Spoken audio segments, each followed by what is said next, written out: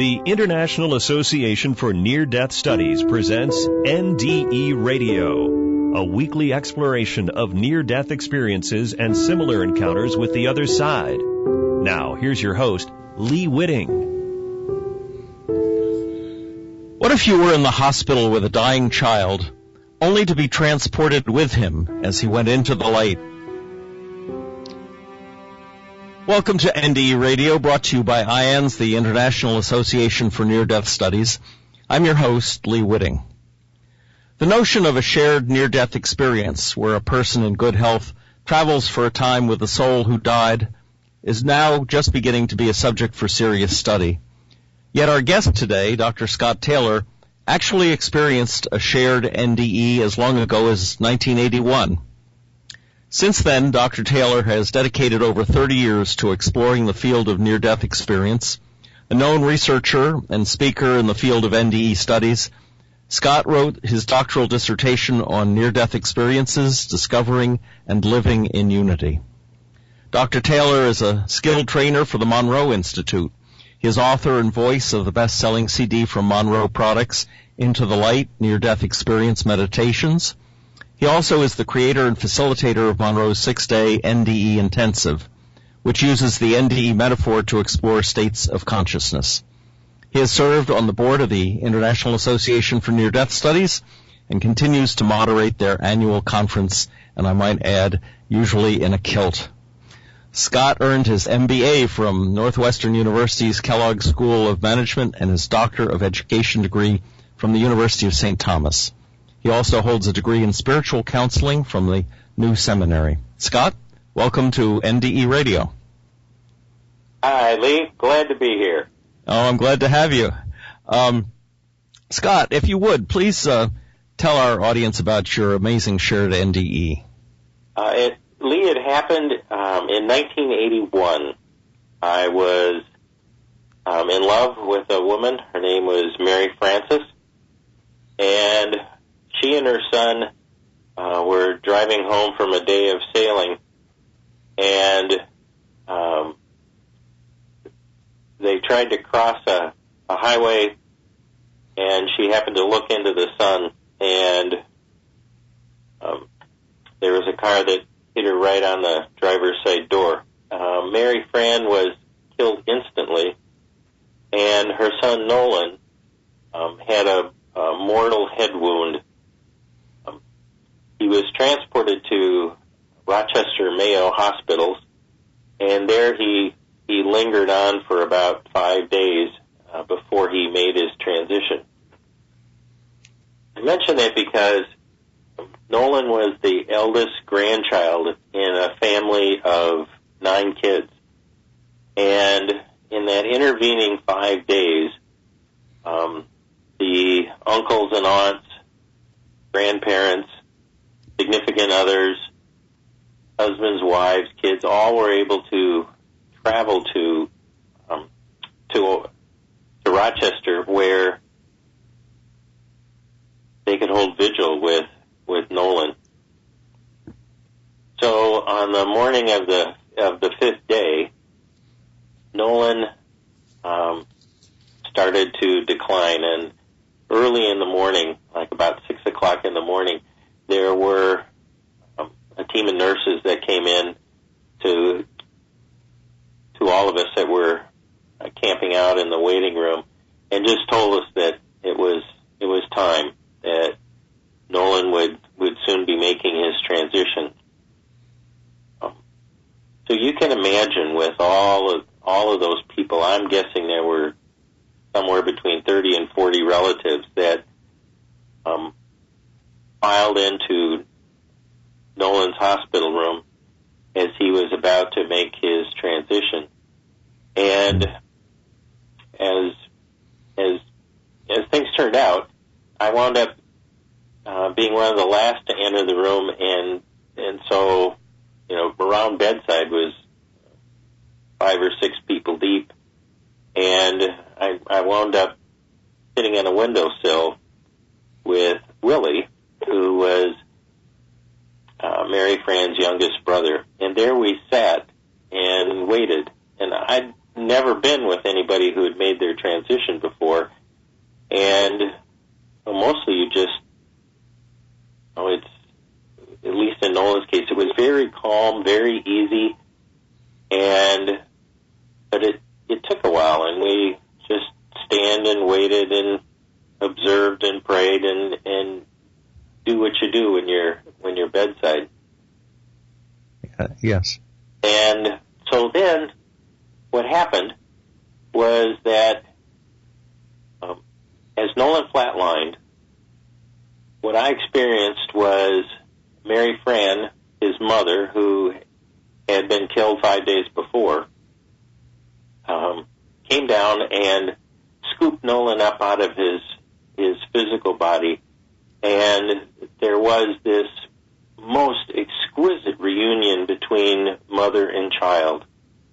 Nolan had just turned 7, and he was, let's just say the embrace between the two of them was this exquisite reunion. And then the two of them turned to me and embraced me, and then the three of us, Mary Fran, Nolan, and I, went to the light. Oh. And when we got into the light, it was the most exquisite, ecstatic, joyful experience that I could possibly have imagined. And it just, what we did is it was like we folded into this light. C.M.H. Atwater, who writes about these things, would say that I had a clear light experience in that it was this amazing union and reunion with the love that is the all of the universe. But a strange thing happened along the way, and that was that I had bilocated, because I was in the room with all of Mary Fran's relatives, and I was in the light at the same time. Let's just say that the Presbyterian Church of which I grew up doesn't really have this in their lexicon, so I really didn't know what to do with it, because here I am in the light with them, and I'm in the room with the grieving relatives, and I know I am there, and I know I'm fully present, because I had this distinct sense of being so inappropriate for the room. Because here I am, I thought my face would break, because I am so joyful, there's so much wonder, and this sense of requited love. It's just, this is where words begin to fail. And because I know that I am so joyful, and just moments before Nolan has made his transition, and the room is filled with people who have just lost their grandchild, their niece, their nephew or friend, that what I did was I wound up covering up my face with my hands, because it just wasn't appropriate for me to be in the room with them and look like that. And so then I was in the light, I was in the room, and at some point I just came back and reunited as one in my physical body. They moved on, and I came back to my physical body. So I didn't know what happened. As you mentioned in your introduction, there really wasn't this sense of near death in 1981 had just come out. Raymond Moody had written his book in the mid-'70s, and so it wasn't that popularly known, and I really didn't know anything about it, let alone this idea that you could have a near-death experience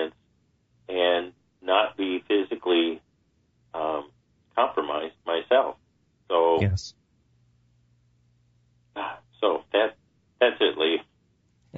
Now, how long was it before you told people about this? It was about 15 years before I told people about this. So you kept this quiet even from family members for 15 years. Yeah, I did. And then what brought you to the point of talking about it? Well, thank you for asking, because it was one of those unique experiences. I was at a convention out west in Washington, and it was a break in the afternoon, and I wandered into this local bookstore.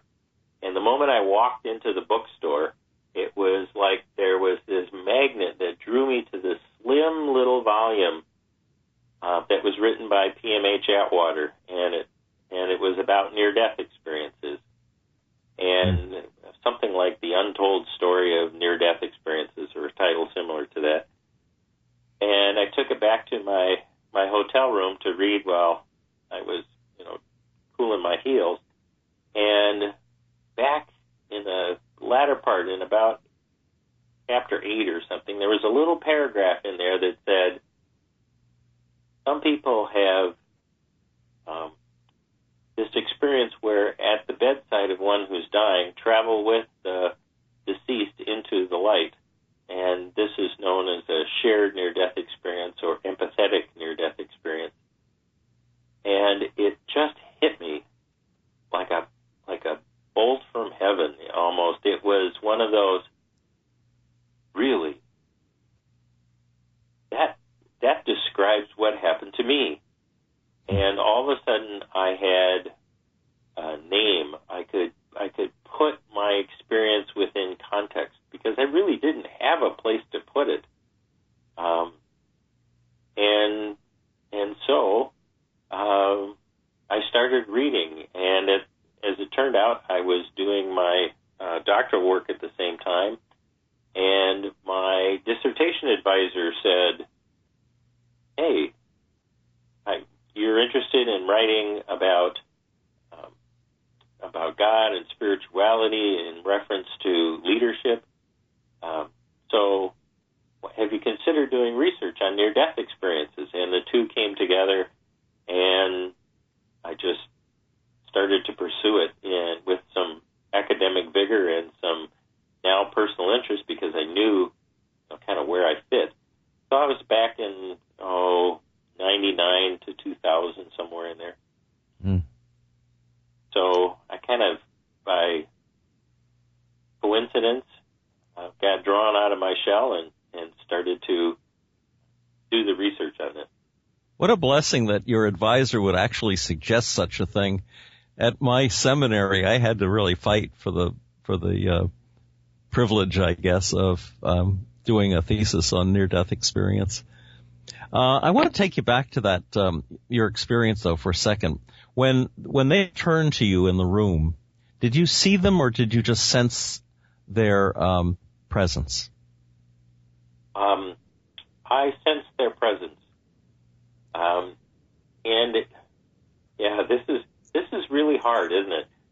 Because I didn't see them with my physical eyes, but I saw them with my non-physical eyes, if that makes sense. That they're, we all have energy signatures, and when we're dealing in this world of the non-physical, we absolutely know who somebody is, and they may or may not have a physical presence that we would recognize. When I teach these kinds of explorations, very often, Grandma and Grandpa or Uncle Ned will show up, and they'll just be a ball of light. But you absolutely know that it's, Sally, Uncle Ned's wife, Sally. So I had no doubt whatsoever who it was and who was with me. And when you went into the light, did you have the sense that you were traveling a distance, or did it all happen right there in the room? That's a really good question. In fact, you're the very first person who's ever asked me that. It felt like I was folded into the light. I didn't have to travel like people think of it, like down the tunnel and into the white light. Yes. It all happened in the same place, and yet I was in two different places at the same time. And once you were in the light with them, what was the parting like? Do you feel that the sense that they said goodbye to you, or were they just enveloped in the light and then you had to come back? My sense was that there was back up. So when I went into the light, there was this tremendous sense of merger, that I was with them and they were with me, and we were all in the light together. And then there was this sense of completion. So it wasn't like they were separating from me as much as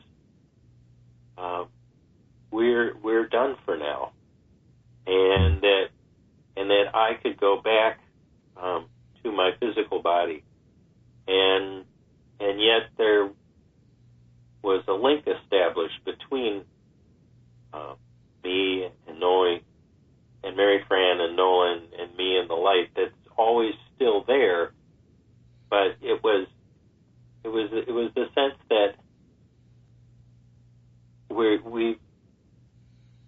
we've done what this was designed to do, and all is good and all is wonderful.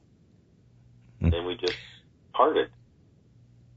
Since then, have you ever felt their presence or their help from the other side? Interesting, because it's different for both of them. Mary Fran was very present for the first couple years after her transition. And then she went away for a long time, like 20 years. And then, and it's really only been in the last couple that she's been available again. Nolan, on the other hand, has always been present. In fact, he's with me right now. He is so close and plays an active role in my life. So, yes, they are very present, and I can call on them and ask them questions and carry on conversation. The interesting thing about Nolan is that he'd be 40 something today, and sometimes he shows up as the 40-year-old man,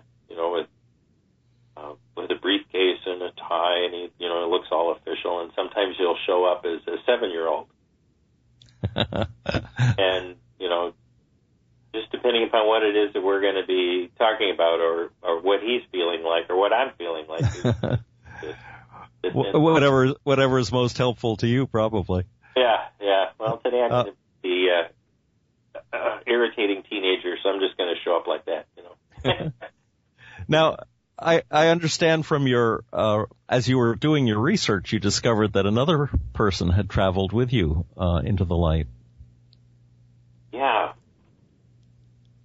Maybe you could tell us about that. I would love to. So what happened was that as part of doing my doctoral research, I wound up interviewing a ton of people about their near-death experiences, and I found out that Mary Fran's sister had one. And so I went to see her, and we sat down, and I had the tape recorder going, and I asked her, I said, well, all right. So she told me about her experience in it, and then afterwards, I asked her if she was if anything had happened to her while she was in the room when Nolan made the transition. And she told me, actually what happened was she had this huge, her eyes just got huge, and she had this startled expression on her face. And I said, well, just by reaction, I can tell you that something did.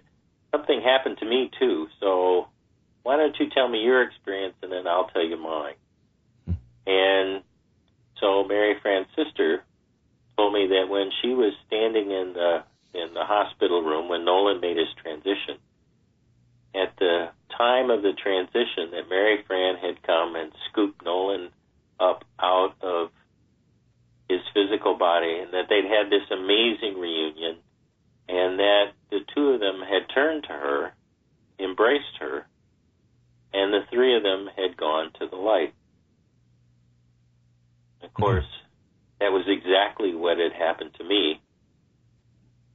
So, what this meant was that I had independent confirmation of a shared near-death experience. And what I didn't realize at the time was that there weren't three of us that went to the light. There were actually four. It was Mary Fran, Nolan, myself, and Mary Fran's sister. And so it was. It's really interesting that neither you nor her sister realized that both of you were there. Well, I have to tell you that the experience of merging with the light is one that is so overwhelming that I'm surprised I, withstood that much love that could be imparted to me. I didn't know that, and I completely believe it, because it happened to me, and she had the same. She didn't know I was there either. Yeah. Now, did her near-death experience that you originally interviewed her about, was that something that happened after Nolan's death? Yes, it had. She had an accidental overdose of some drugs, and wound up going into the white light, and there she was met by Mary Fran. And in no uncertain terms, Mary Fran told her that she had to go back. There was things that she had to do, and that she had to go back now. She's very much like Mary Fran. And so it was a short near-death experience, but it was very clear in terms of her meeting Mary Fran, and Mary Fran's very clear directive that she had to go back into the physical, that there really were no options to stay, and she did. And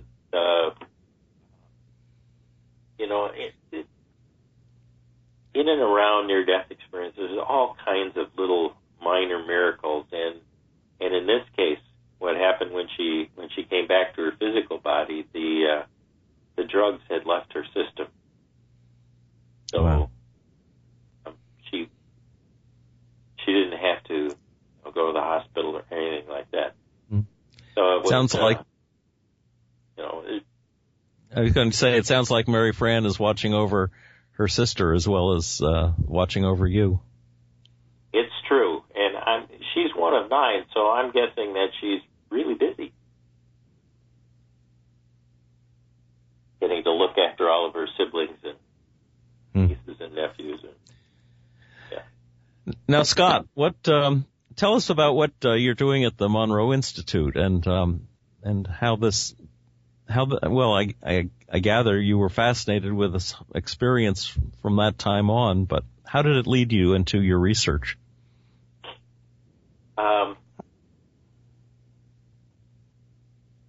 So after my near-death experience, I desperately wanted to touch that space again.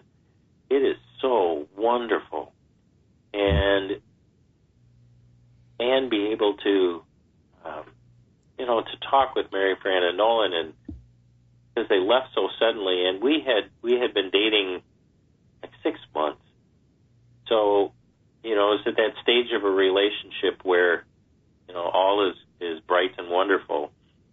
And so I was really motivated to try to find them and try to find that space again, that space in the light that is so loving and just so pure.